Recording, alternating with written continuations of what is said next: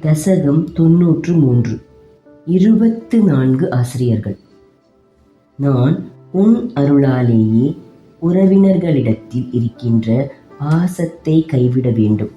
உன்னிடம் மனதை செலுத்தி உலகங்கள் யாவும் உன் மாயையின் விளையாட்டு என்று அறிந்து எல்லாவற்றையும் தியாகம் செய்துவிட்டு சுதந்திரமாக திரிய வேண்டும். குணதோஷங்களை பற்றிய உணர்வு உள்ளவரைத்தான் நாம் அதை ஏற்றுக்கொள்வதும் தேவையில்லை என்று புறம் தள்ளுவதும் இருக்கும்.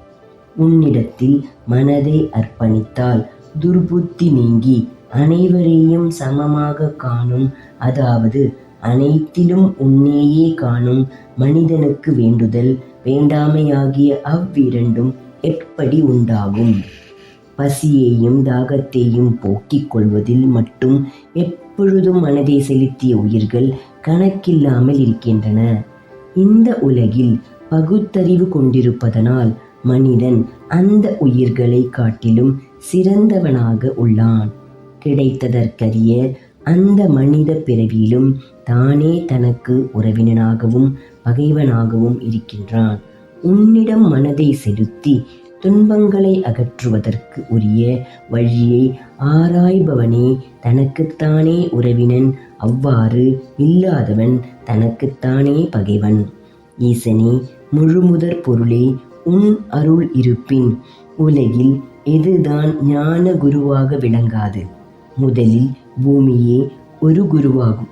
பூமியானது எல்லோராலும் நிறைந்திருந்தாலும் அசையாமல் இருப்பதால் அந்த பொறுமையை நான் பூமியிடமிருந்து பாடமாக கற்றுக்கொள்கிறேன். பல வகையான பொருட்களோடு தொடர்பு கொண்டாலும் எதனுடனும் ஒட்டிக்கொள்ளாமல் இருப்பதால் பற்றற்று இருக்கும் தன்மையை காற்றிடமிருந்து கற்றுக்கொள்கிறேன்.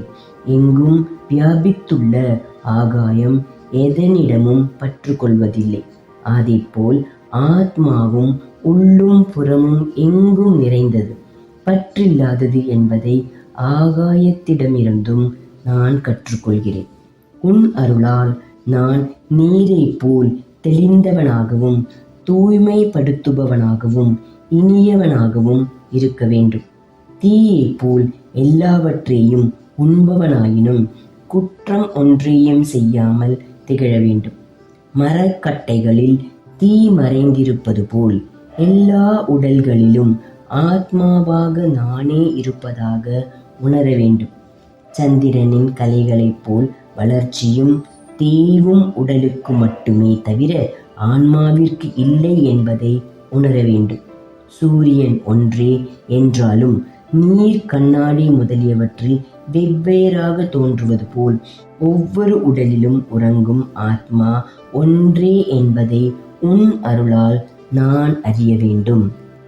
ஈசனே, வேடன் தன் குஞ்சுகளை கொன்றதனால் வருந்தி அதன் மேல் தான் வைத்திருந்த அன்பின் காரணமாக தானும் இறந்த தாய் பறவை போல் ஆகாமல் நான் இருக்க வேண்டும். மலைப்பாம்பை போல் கிடைத்ததை உண்டு பசியை பொறுத்து கொள்ள வேண்டும். கடலை போல் ஆழ்ந்து மிடுக்கோடு விளங்க வேண்டும்.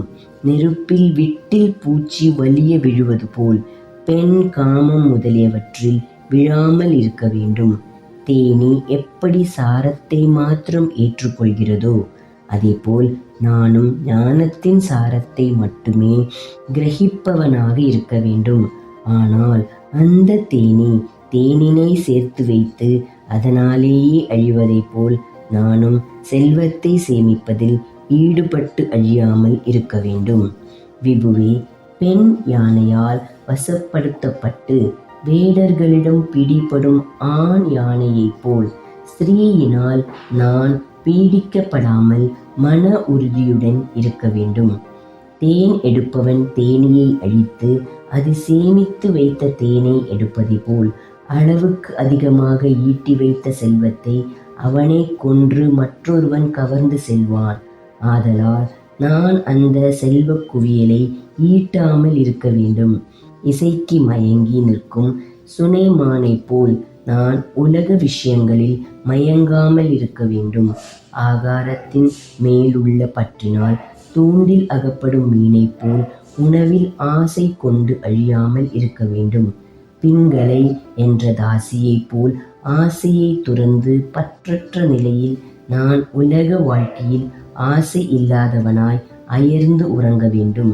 தனக்கு இரையாக கிடைத்த ஒரு மாமிசத் துண்டை அபகரிக்க நினைக்கும் பிற பறவைகளால் துன்புறுத்தப்பட்டு இரையை உண்ணவும் முடியாமல் பாதுகாக்கவும் முடியாமல் வேதனைப்பட்ட குரரம் என்ற பறவையைப் போல் நான் யாராலும் துன்பப்படுத்தப்படாமல் இருக்க வேண்டும். விபுவே, பற்றுகள் இல்லாமல் சின்னஞ்சிறிய குழந்தையைப் போல் நான் இனிது வாழ வேண்டும். ஒரு கன்னிகையின் கையில் பல வளையல்கள் இருந்தபோது ஓசை வந்தது. ஆனால் அந்த வளையல்களை ஒவ்வொன்றாக கழற்றி எறிந்துவிட்டு எஞ்சிய ஒற்றை வளையலை மாத்திரம் அணிந்தபோது ஓசை எதுவுமில்லை. எஞ்சிய அந்த ஒற்றை வளையலைப் போல் நானும் பிறருடைய சேர்க்கை இல்லாதவனாகவும் அதனால் ஏற்படும் வீணான சண்டை சச்சரவுகளை விட்டும் சஞ்சரிக்க வேண்டும். இலக்கை நோக்கி மனதை செலுத்தி கொண்டிருப்பவன் அம்பை தீட்டி கொண்டிருப்பவன் அரசன் வருவதானால் உண்டாகின்ற ஓசையை அறியாதது போல் நானும் உன்னிடம் மனதை செலுத்தியவனாய் பிரிதொன்றையும் அறியாமல் இருக்க வேண்டும். எலிகளின் வலைகளில் பாம்பு வசிப்பது போல் நானும் எனக்கென்று வீடு கட்டி கொள்ளாமல் மற்றவர்களின் வீடுகளில் வாழ வேண்டும். அதாவது உன்னிடம் ஒன்றிய ஆத்மா உடம்பு என்ற மற்றவர்களின் வீட்டில் வாழ்ந்து கொண்டிருக்கிறது என்பதே இதன் உட்பொருள். சிலந்தி பூச்சி தான் பின்னிய வலையில் தானே வாசம் செய்வது போல் நீ படைத்த உலகத்தை நீயே உன்னிடத்தில் ஒன்றும்படி செய்கின்றாய் என்பதை சிலந்தி பூச்சியின் என்று நான் அறிகிறேன்.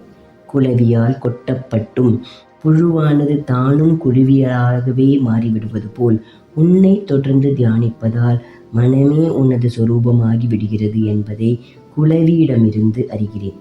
இறந்த பிறகு மலமாகவும் சாம்பலாகவும் ஆகும் இந்த தேகமும் எனக்கு குரு.